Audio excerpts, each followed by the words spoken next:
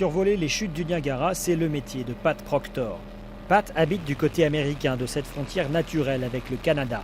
Et il se bat pour que les touristes découvrent sa ville, Niagara Falls, chute du Niagara en français. Il y a plus de choses à voir ici que de l'eau qui coule par-dessus des pierres. Il y a plein de choses à faire. Le problème, c'est que la plupart des casinos et des restaurants se trouvent du côté canadien des chutes. C'est là que la plupart des 20 millions de visiteurs annuels dépensent leur argent.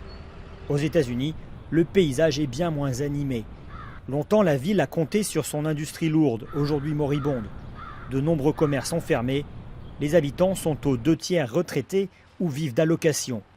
Pour survivre, la mairie a décidé de relancer le tourisme. La ville de Niagara Falls a enfin compris que le tourisme était une industrie à part entière.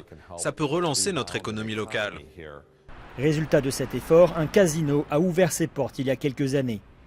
L'Office du tourisme espère désormais que la traversée des chutes du Niagara par le funambule Nick Wallenda va attirer elle aussi des visiteurs supplémentaires.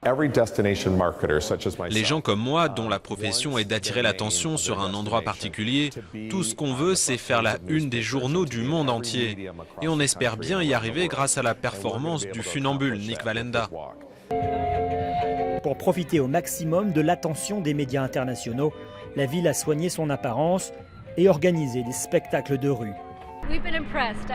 On est assez impressionnés, c'est un peu mieux que dans mes souvenirs il y a 20 ans. En pleine réinvention, l'avenir des chutes du Niagara, côté américain, ne tient peut-être qu'à un fil.